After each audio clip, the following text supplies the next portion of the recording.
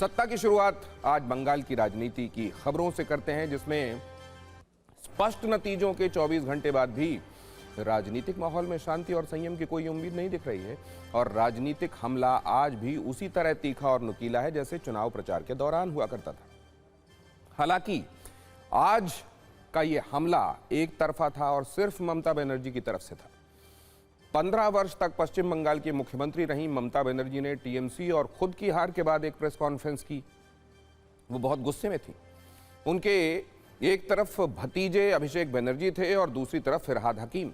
इस press conference में ममता बनर्जी ने पश्चिम बंगाल के नतीजों को स्वीकार करने से इनकार कर दिया। ममता ने साफ कहा कि वो हारी नहीं है, इसलिए इस्तीफे का सवाल ही नहीं है। ममता ने कहा कि उन्हें हार का सबूत चाहिए। तकरीबन 25 मिनट की प्रेस कॉन्फ्रेंस में ममता बनर्जी ने बंगाल के चुनाव और नतीजों पर 5 एंगल दिए, जिनमें पहला एंगल ये था, जबरन हराया गया। उन्होंने कहा कि वो हारी नहीं है, उन्हें जबरन हराया गया है। पीएम और गृह मंत्री ने मिलकर उन्हें हराया है। दूसरा एंगल था कि अत्याचार हुआ है। ममता बनर्जी ने प्रेस कॉन्फ्रेंस में कहा कि उनके साथ मारपीट की गई, उन्हें काउंटिंग सेंटर से धक्के देकर बाहर निकाला गया। तीसरा एंगल था कि चुनाव आयोग असली विलेन है। ममता ने साफ कहा कि वो बीजेपी के खिलाफ नहीं है, चुनाव आयोग के खिलाफ चुनाव लड़ रही थी। वो बीजेपी के खिलाफ नहीं, एक्चुअली चुनाव आयोग के खिलाफ चुनाव लड़ रही थी। बीजेपी ने चुनाव आयोग का इस्तेमाल किया है। चौथा एंगल यह था कि इंडिया गठबंधन एकजुट है। ममता बनर्जी ने यह भी साफ किया कि उन्हें इंडिया गठबंधन के नेताओं के फोन आए और वो विपक्षी एकता को मजबूत करेंगे। पांचवा एंगल यह था कि भविष्य की रणनीति पर अब वो क्या करने वाली हैं। यह एंगल इसी पर आधारित था। अब लोगों के मन में यह सवाल भी है कि ममता आगे क्या करने वाली हैं, और इस पर ममता ने साफ किया कि वो अभी कुछ नहीं बताएंगी, प्लान तैयार है। एक बार सुनिए ममता बनर्जी ने क्या कहा और फिर आपको राजनीतिक रिएक्शंस दिखाते हैं।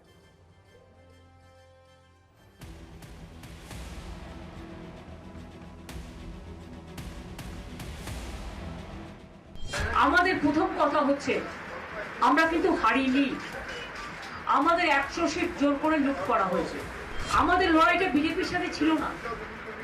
আমাদের লড়তে হয়েছে ভিলেন ইলেকশন কমিশন, যিনি ব্ল্যাক হিস্ট্রি তৈরি করেছেন। We fought against the all machinery where Prime Minister and Home Minister is also involved. Directly interference. So how they play the dirty, nasty and mischievous games. I have never seen this type of election in my life.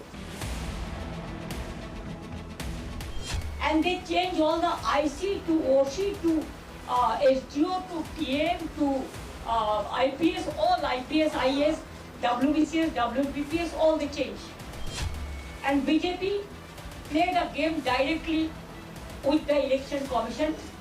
It's a betting, you can say, the caught up betting between BJP and the election commission. They kicked me in my belly, they kicked me in my backside, and they abused, physically manhandled, assaulted, and you cannot imagine what happened because that time CCTV was off.